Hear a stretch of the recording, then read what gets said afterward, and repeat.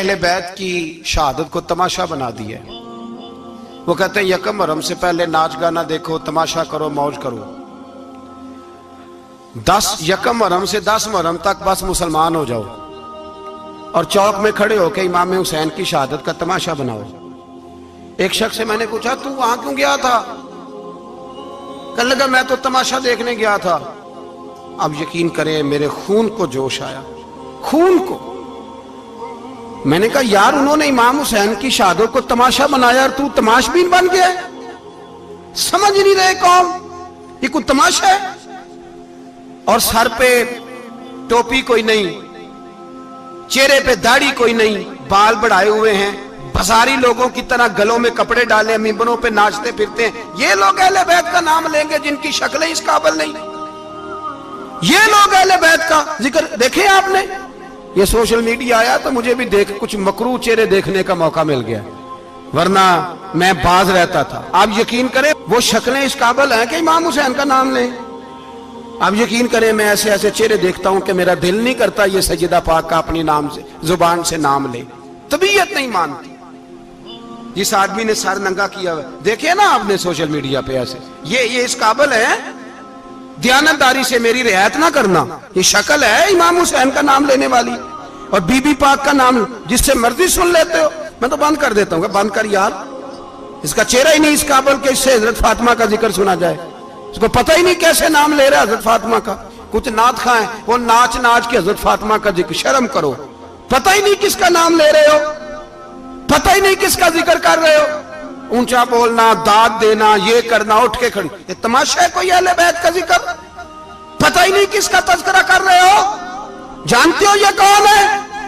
صبح قیامت میرے نبی پاک علیہ السلام نے فرمایا رب حکم دے گا قیامت کے دن ولی نبی غوث کتب ابدال آنکھیں بند کرے، نظریں جھکائے، سر جھکائے، یا اللہ کیا ہونے والا ہے؟ فرمایا محمد کی بیٹی فاطمہ کی سواری گزرنے والی ہے، رسول کی شہزادی گزرنے والی ہے، نظریں جھکاؤ۔ پتہ ہی نہیں یہ کون ہے، کس کا ذکر کر رہے ہو اور ناچتے پھرتے ہو، خبر ہی تمہیں؟ میرے دادا مرشد مفتی اعظم ہند مولانا مصطفیٰ رضا خان اعلیٰ حضرت کے چھوٹے بیٹے، ان کا ایک مرید اپنے کسی دوست سے کہنے لگا میرے پیر مفتی اعظم ہیں۔ اس نے کہا تم سنیوں کا طریقہ ہے جس کو بناتے ہو اعظم ہی بنا دیتے ہو، امام تو اعظم، اعلیٰ حضرت تو اعلیٰ حضرت، مفتی تو مفتی ہے، تمہارا طریقہ ہے۔ اس نے کہا نہیں میرے پیر واقعی بڑے عالم ہیں۔ اس نے کہا میں جاؤں گا ایسا مسئلہ پوچھوں گا تیرے پیر کو جواب ہی نہیں آئے گا۔ وہ ساتھ لے گیا، جب سرکار مفتی اعظم کی خدمت میں، اعلیٰ حضرت کے بیٹے وہ بھی چھوٹے والے، تیری نسل پاک میں ہے بچہ بچہ نور کا، چھوٹے بیٹے اعلیٰ حضرت کے بیٹھک میں بیٹھے تھے تو وہ آ گیا اعتراض کرنے والے کو لے کے، آپ کا مرید پوچھ لے جو مسئلہ پوچھنا ہے۔ بیٹھک کے 2 دروازے تھے، ایک بار کھلتا تھا ایک گھر میں، بیٹھے سلام کلام کے بعد کیسے آئے ہو؟ کہا حضور یہ کوئی بات پوچھنا چاہتا ہے، اور وہ رستے میں کہہ رہا تھا میں ایسا سوال پوچھوں گا تیرے پیر کو جواب ہی نہیں آئے گا، رستے میں یہ باتیں کرتا آ رہا۔ کہا پوچھو۔ اس نے پوچھا، کہنے لگا جی بتائیے نبی پاک علیہ السلام کی 4 بیٹیوں کے نام کیا ہیں؟ تو مفتی اعظم ہند اٹھے، جو دروازہ اندر کھلتا تھا اس کمرے سے اندر چلے گئے۔ وہ اعتراض، تنقید آسان ہوتی ہے، تعمیر مشکل ہوتی ہے، اعتراض لوگ فٹافٹ کر لیتے ہیں۔ کہنے لگا تو تیرے پیر کو تو 4 بیٹیوں کے نام نہیں آتے، وہ کتاب دیکھنے چلے گئے ہیں، وہ تو دیکھ کے بتائیں گے، ان کو تو نام نہیں یاد۔ پر کیا کرے، فاضل بریلوی کا کمال ہی بڑا انوکھا ہے، یہ رضا کے نیزے کی مار ہے کہ عدو کے سینے میں غار۔ اعلیٰ حضرت کا رنگ ہی کچھ نرالا ہے۔ شہزادہ اعلیٰ حضرت واپس آئے، سر پہ امامہ ہے اور داڑھی سے پانی کے قطرے گر رہے ہیں، اور آ کے کھڑے ہوئے تو فرمانے لگے میں وضو کرنے گیا تھا، میں نے نبی پاک کی بیٹیوں کے نام کبھی بغیر وضو کے زبان سے ادا ہی نہیں کیے، میں وضو کرنے گیا تھا۔ وہ شخص کہنے لگا حضور وضو کے ساتھ؟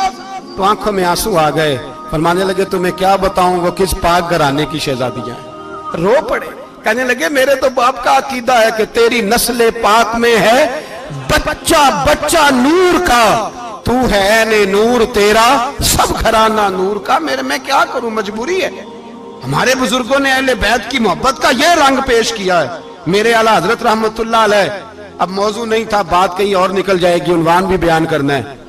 پالکی میں بٹھا کے لے جایا جا رہا تھا, ڈولی ہوتی تھی, پالکی میں بٹھایا جاتا تھا علماء کو, جس طرح بچیاں ڈولی میں بٹھا کے. تو ہندوستان میں ایک رواج رہا کہ علماء کو لوگ پالکی میں بٹھا کے کندھوں پہ اٹھاتے تھے, 4 مزدور وہ ڈولی پالکی اٹھایا کرتے تھے.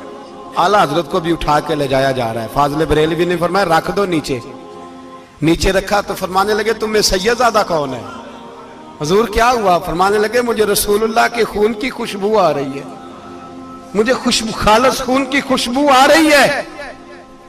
چپ کر گئے چاروں مزدور. آپ نے فرمایا تمہیں قسم ہو رسول پاک کی, بتاؤ تم میں سید زادہ کون ہے؟ تو ایک کمزور شخص اٹھا کہنے لگا حضور مزدور سے مزدوری لینی چاہیے, ذات برادری نہیں پوچھنی چاہیے. اعلیٰ حضرت نے فرمایا شاہ جی یہ آپ نے کیا کیا, مجھے ہی کندھوں پہ اٹھا لیا. لاکھوں لوگوں کا پیر اور ہزاروں مشائخ اور علماء کی آنکھوں کی ٹھنڈک, بریلی کے امام جن کا قلم اٹھے تو وقت کے بڑے بڑے سورما گردنیں جھکا دے. اعلیٰ حضرت رحمت اللہ تعالیٰ علیہ پہلے تو اپنی پگڑی اٹھا کے پیروں میں بچھائی, کہنے لگے تیرے نانے کے نام پہ کھایا ہے, تیرے ہی کندھوں پہ چڑھ گیا ہوں, واسطہ مصطفیٰ کا مجھے معاف کرو. تو شہزادے نے پگڑی اٹھائی, کہا حضرت ایسے تو نہ کیجیے. فرمایا نہیں ابھی میرا دل راضی نہیں ہوا.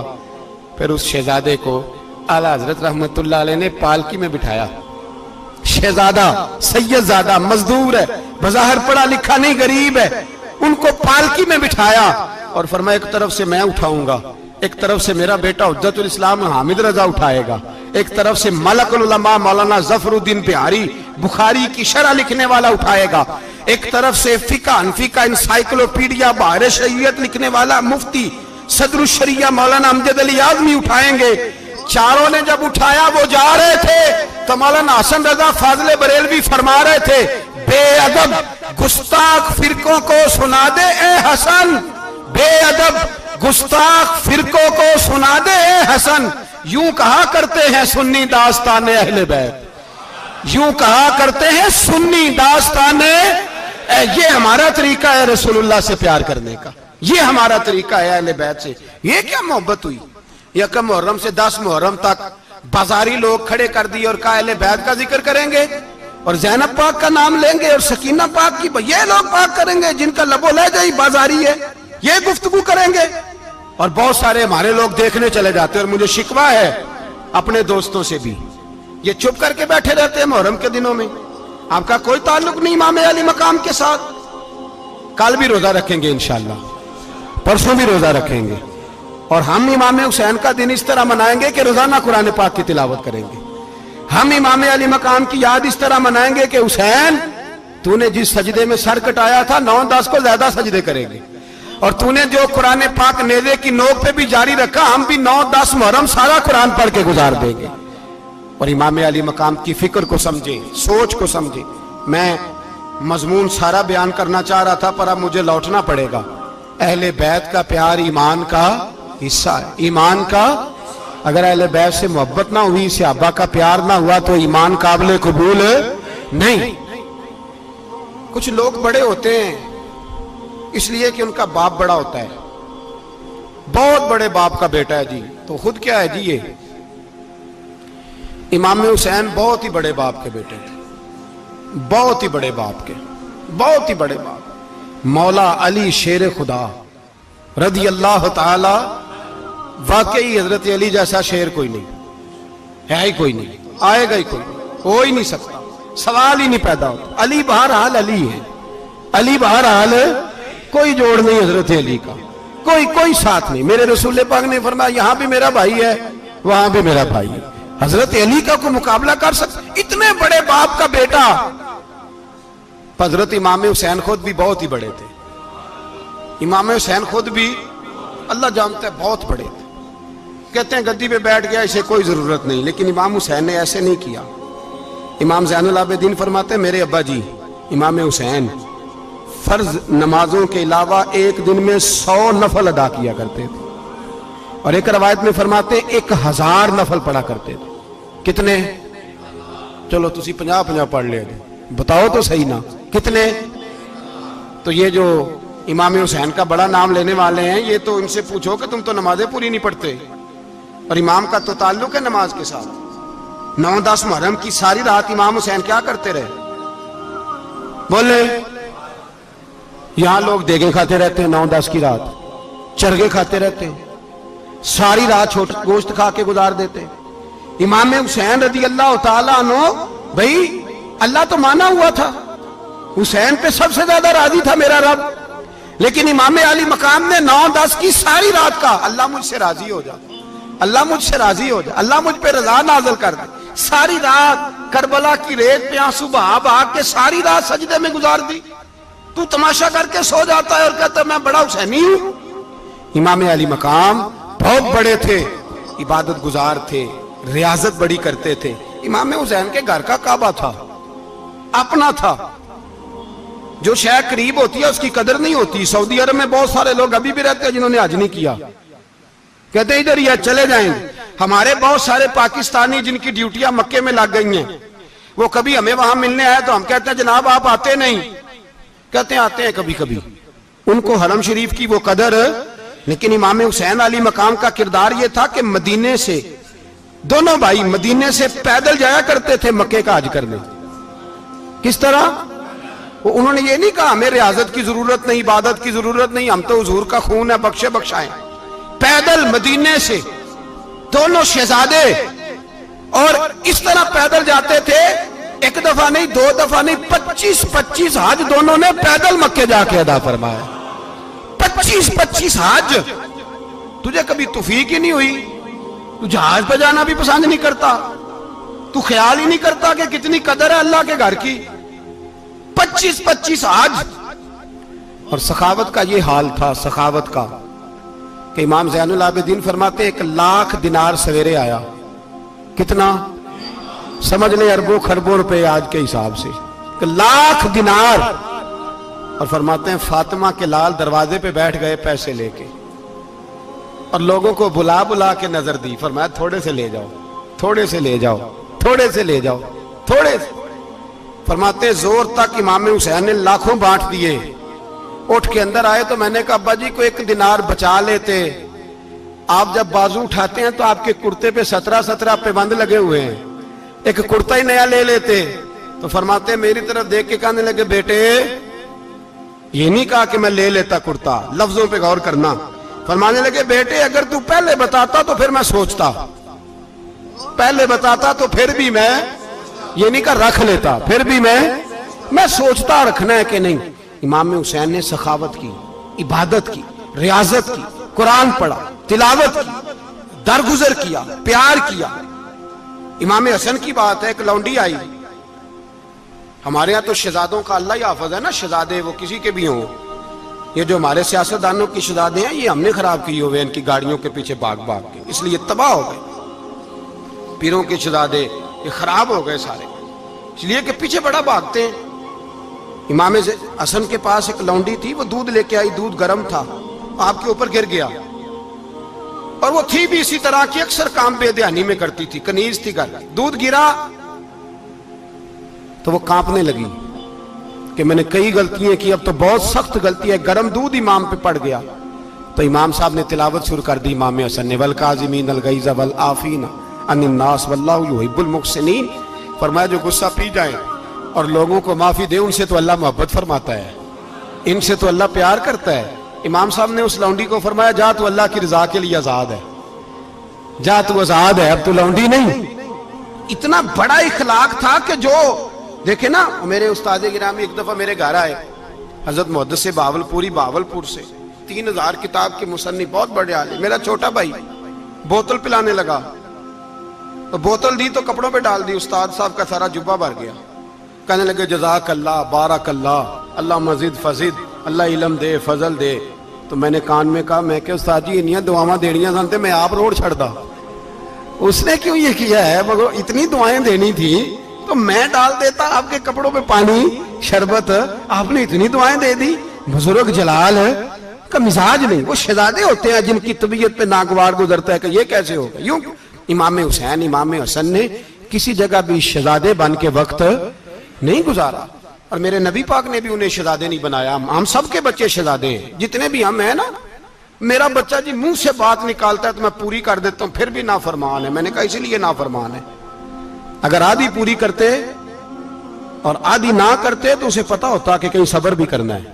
ہمارا بچہ روٹی نہ پکے تو گھر میں ٹی وی بھی توڑ دیتا ہے، اس کی اماں کھانا ٹائم پہ نہ پکائے تو برتن توڑتا ہے۔ کیوں؟ ہم نے اس کی عادتیں خراب کی ہیں۔ لیکن میرے رسول پاک صلی اللہ علیہ وسلم نے جھولی اٹھا کے دعا مانگی، اے اللہ، گویا حضور کہہ رہے تھے انہوں نے کو کربلا میں بھی جانا ہے، فرمایا یا اللہ انہیں 3 وقت روٹی نہ دینا، 1 وقت روٹی دینا، 3 وقت نہیں، 1 وقت کی روٹی دے،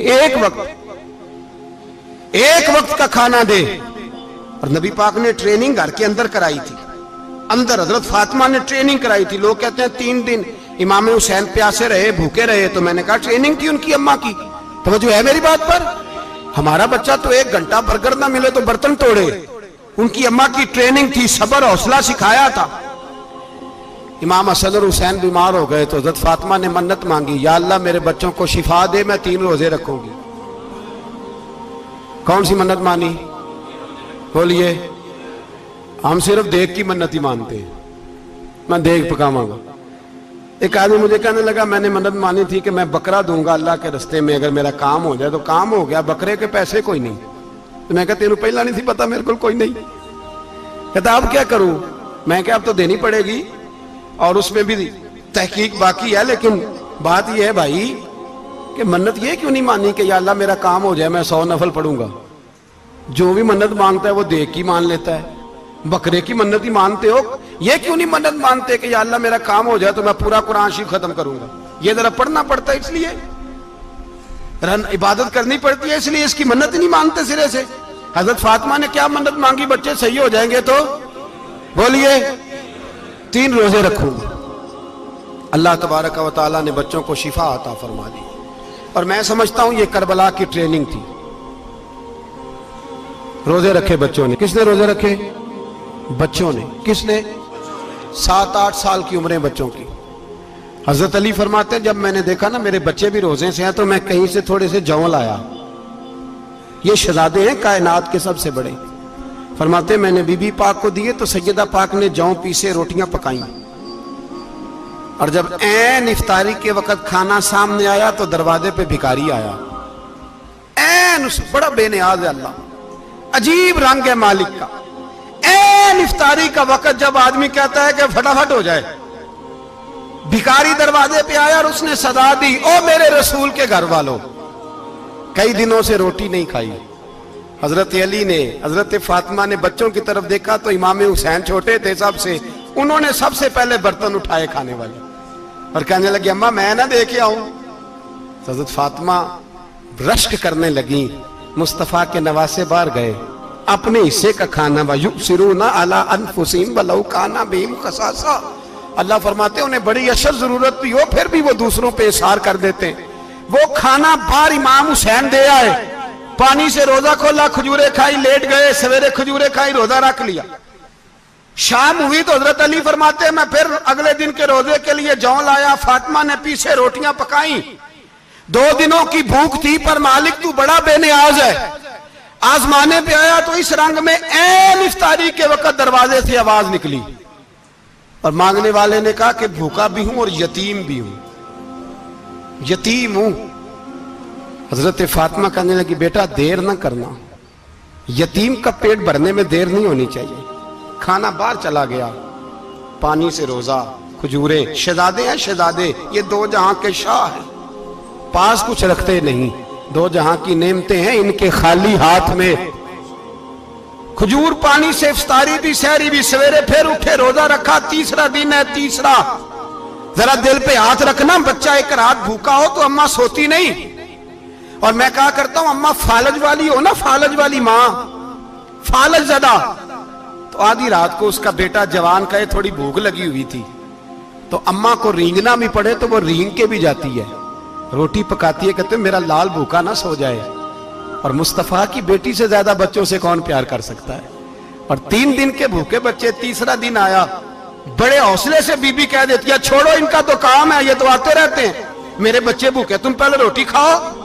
لیکن میرے بھائی کربلا ایسے نہیں سجتی، یہ جو برگر کھا کے ناراض ہونے والے بچے ہوتے ہیں، یہ میدانوں میں نہیں نکل پاتے، ان کے لیے مشکل ہوتا ہے۔ حضرت فاطمہ نے، حضرت علی نے ڈیوٹی کی، ڈیوٹی اپنے بچوں کو تیار کیا کربلا کے لیے۔ تیسرے دن جب رکھا صاحب نے کھانا تو باہر سے بولنے والا بولا، کہا میں مسکین ہوں، لاچار ہوں، گھر بھی کوئی نہیں، کھانا بھی کوئی نہیں۔ امام حسین پھر اٹھے، تیسرے دن کا بھی کھانا دے دیا۔ حضرت علی فرماتے میں بچے پکڑ کے مسجد لے کے گیا، کہیں بھوک سے میرے لال گر نہ جائیں۔ کہتے ہیں ہامتے کامتے تینوں شہزادے مسجد میں داخل جو ہوئے تو بس ہماری قیمت پڑ گئی، مول پڑ گیا ہمارا۔ کہتے ہیں مسجد میں قدم رکھا تو ایسے لگا جیسے نبی پاک ہمارا انتظار کر رہے ہیں۔ فرماتے ہیں تیسرے دن کی مغرب پڑھنے گئے تو حضور نے تینوں باپ بیٹوں کو چہرے دیکھے، فرمایا علی یہ جبریل کھڑے ہیں اور فرما رہے ہیں تیرے 3 دن کا عمل خدا کو بھی بڑا پسند آیا ہے، محمد مصطفیٰ کو بھی بڑا پسند آیا ہے، بڑا پسند آیا ہے 3 دن کا عمل۔ میرے بھائی ٹریننگ کرائی، ٹریننگ۔ ہمارے ہاں تو حال بڑا سخت ہے، اور دین کا معاملہ، چوری آتے ہیں بچے گھروں سے چوری نمازیں پڑھنے، داڑھی رکھ لے تو سب سے پہلے مسئلہ اماں کو بنتا ہے، سب سے پہلا۔ انہوں نے ٹریننگ کی، دین کے لیے تیار کیا، ہمتیں بدھائیں، اور رسول پاک علیہ السلام نے خود اپنی بیٹی کی تربیت فرمائی، شہزادی کی۔ کس کی؟ دنیا میں سب سے بڑی شہزادی کون ہے؟ آپ نام لیں گے تو دل ٹھنڈا ہوگا انشاءاللہ۔ میرا عقیدہ ہے حضرت فاطمہ کا نام لے تو اللہ دل کو سکون دیتا ہے۔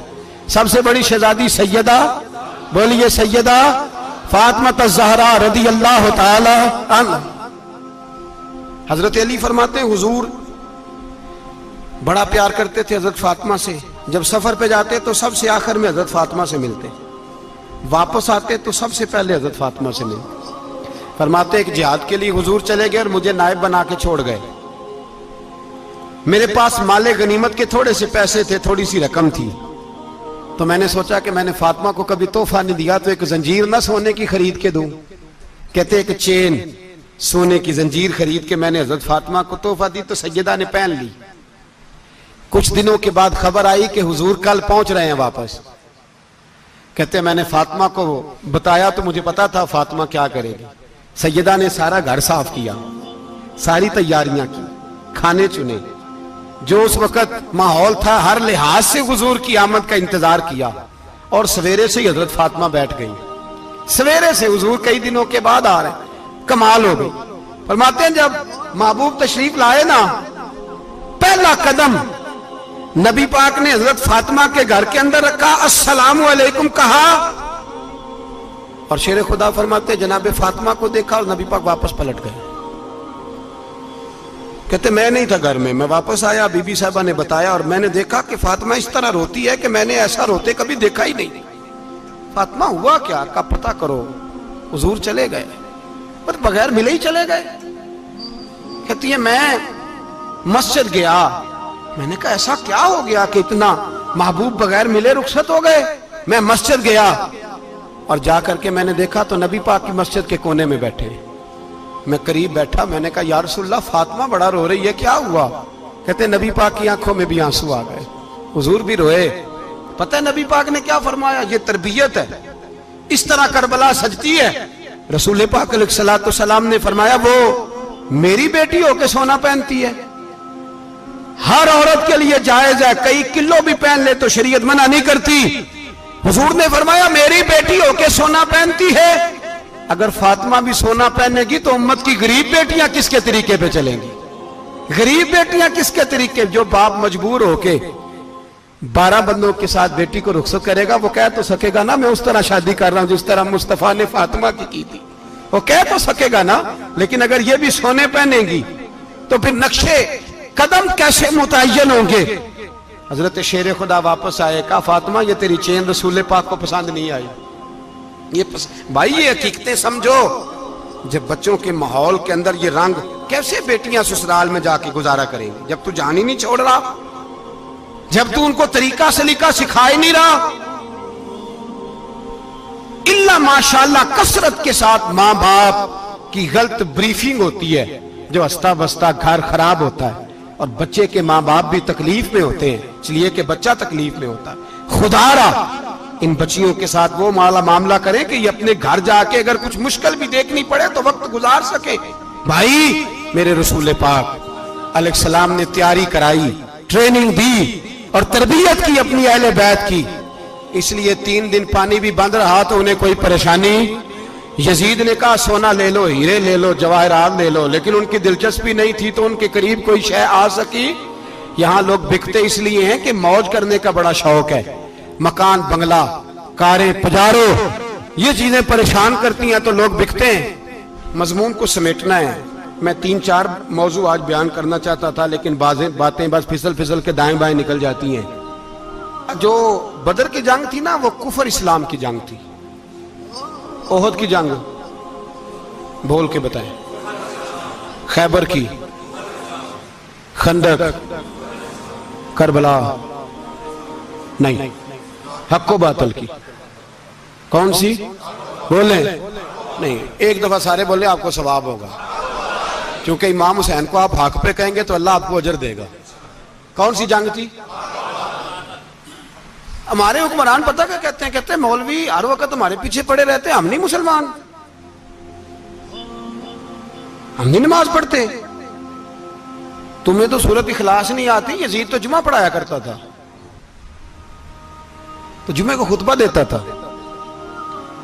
اور عجیب لفظ لکھے ہیں بعض تاریخ لکھنے والوں نے کہ جمعے کا دن تھا تو امام حسین 10 محرم نا جمعے والے دن تھی، تو امام حسین کربلا میں باہر نکلے تو آپ نے فرمایا اتمام حجت کر دوں، کوئی یہ نہ سمجھے کہ مجھے تو پتہ ہی نہیں چلا، غلطی سے تیر لگ گیا امام حسین کو. آپ نے فرمایا مجھے بتاؤ تو صحیح مجھے کیوں شہید کر رہے ہو؟ کوئی نہ بتا سکا. تو امام حسین نے فرمایا مجھے کیا ضرورت تھی مدینہ چھوڑ کے مسجد نبوی چھوڑ کے آتا، میں تو اس لیے آیا ہوں کہ جس کو تم نے حکمران بنایا وہ شرابی ہے. کون ہے؟ وہ رنڈیوں کا ناچ دیکھتا ہے، مجرے دیکھتا ہے، مجرے. وہ اللہ کے حلال کو حرام اور حرام کو حلال کہتا ہے، لہذا مسلمانوں کا حکمران بننے کے قابل ہے یہ امام. اور یہ میں آپ کو ایک نہیں، میں 20 تاریخوں میں دکھاؤں گا کہ یہی خطبہ امام حسین کا کہ تم نے اللہ کے حلال کو حرام، حرام کو حلال کہا، شراب، زنا، جوا، بدکاری عام کر دی، لہذا یزید مسلمانوں کا حکمران بننے کا اہل.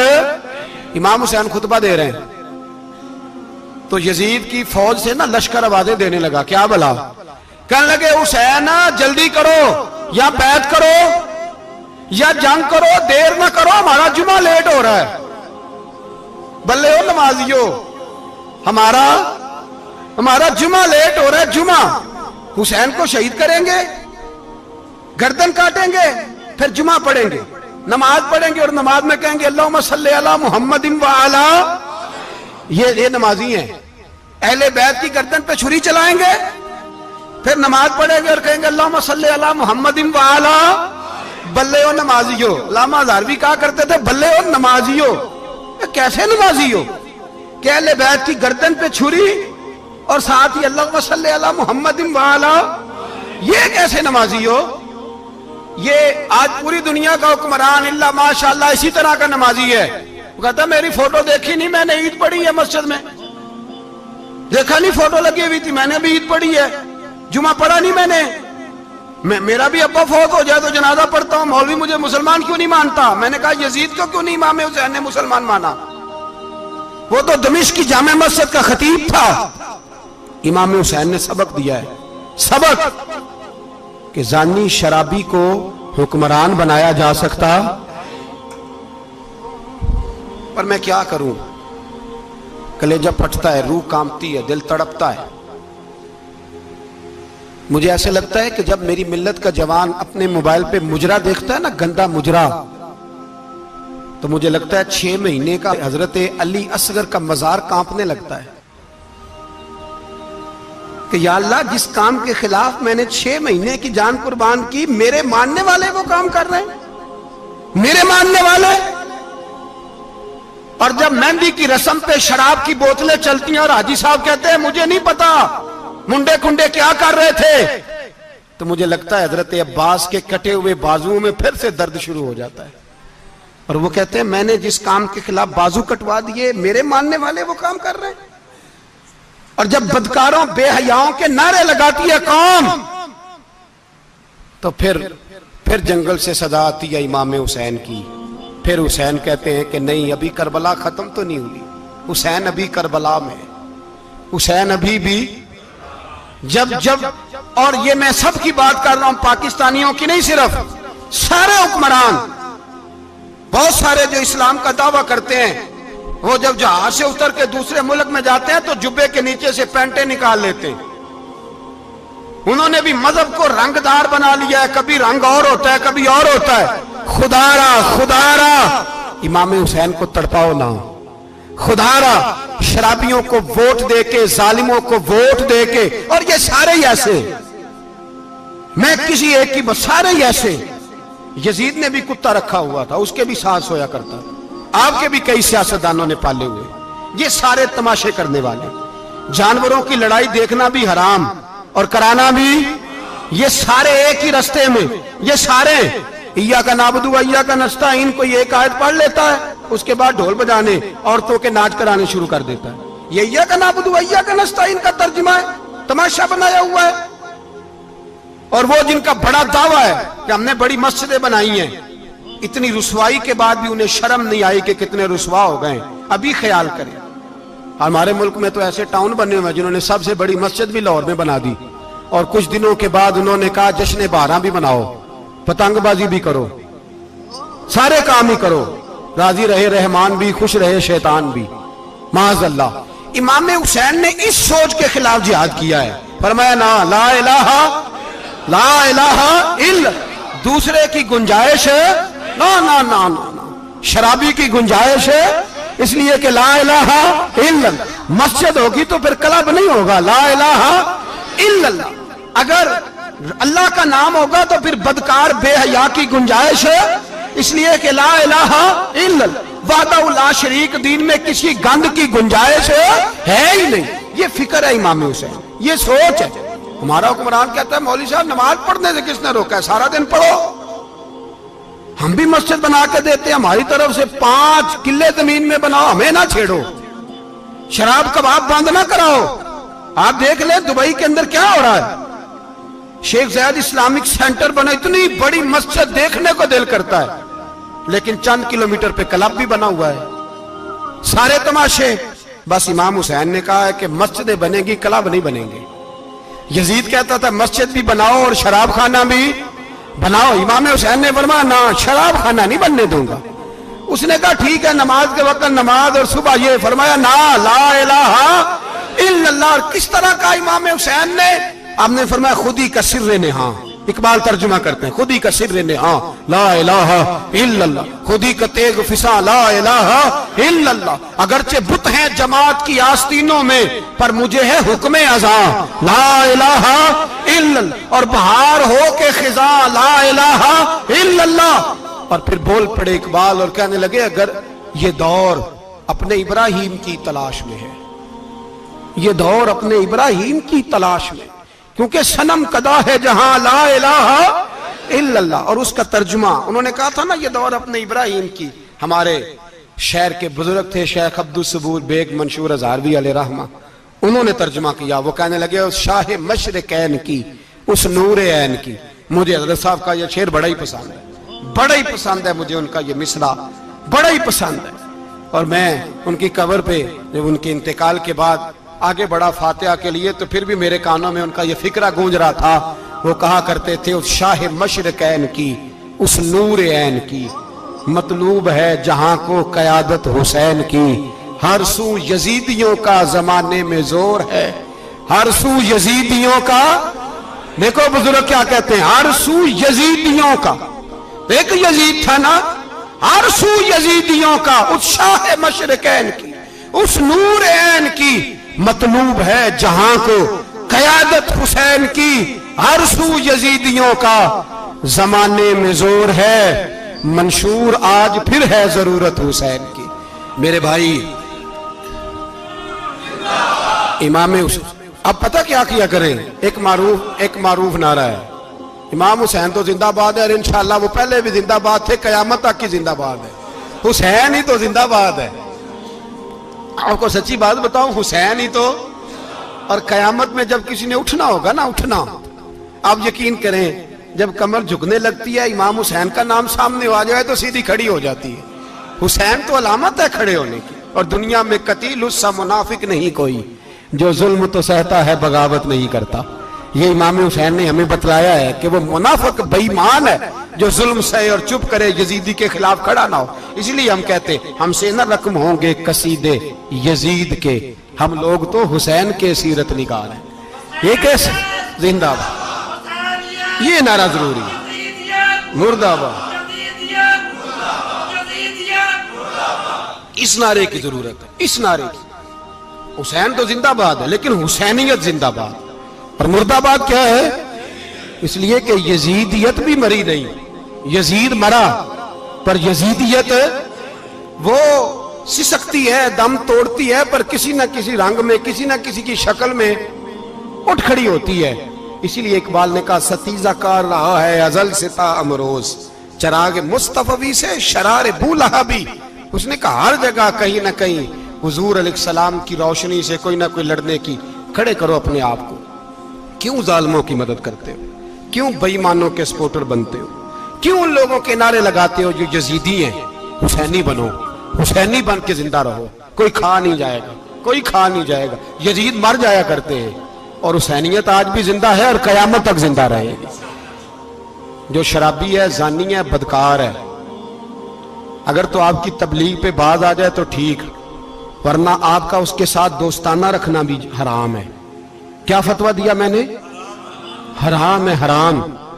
اگر آپ کا دوستانہ ہے تو پھر 9-10 محرم کو دیگ نہ پکانا چاول کی, اس لیے کہ امام حسین کو تیری بریانی کی کوئی ضرورت نہیں. تیری باسمتی اور چھوٹا گوشت سنبھال کے رکھنا گھر میں, کوئی حاجت نہیں. اگر شرابی, کبابی, زانی, بدکار سے دوستانہ ہے, اگر محلے کے غریبوں کو گالی دینے والوں کے ساتھ تیری دوستی ہے تو پھر 10 محرم کو چاول کی دیگ بالکل نہ پکانا. اس لیے کہ یہ کوئی تماشا نہیں کہ دوستی قاتل سے بھی مقتول سے یارانہ بھی, کوئی مطلب نہیں اس بات کا. امام حسین کو ماننا تو پھر ڈٹ کے مانو, مظلوموں کے ساتھ کھڑے ہو جاؤ, غریبوں کے ساتھ کھڑے ہو جاؤ, برما کی بات کرو, برما کے مسلمان کی بات کرو, فلسطین, کشمیر, ان سب کے حق میں مسلمان اس وقت کھڑے ہوں گے جب سوچ حسینی ہو جائے گی, جب نظریہ حسینی ہوگا پھر کھڑے ہوں گے. 10 محرم ضائع نہیں کریں. اہل سنت کی علماء جہاں جہاں قرآن و سنت کی روشنی میں امام حسین کی بات کریں, جہاں جہاں بھی کریں, وہاں جا کے شریک ہو. ہم بھی ہر سال بیٹھتے ہیں امام حسین کی یاد منانے, اور اس طرح بیٹھتے ہیں کہ حسین ہمارا ہے, حسین ہے, اور انسان کو بیدار تو ہو لینے دو, ہر شخص پکارے گا ہمارے ہیں حسین.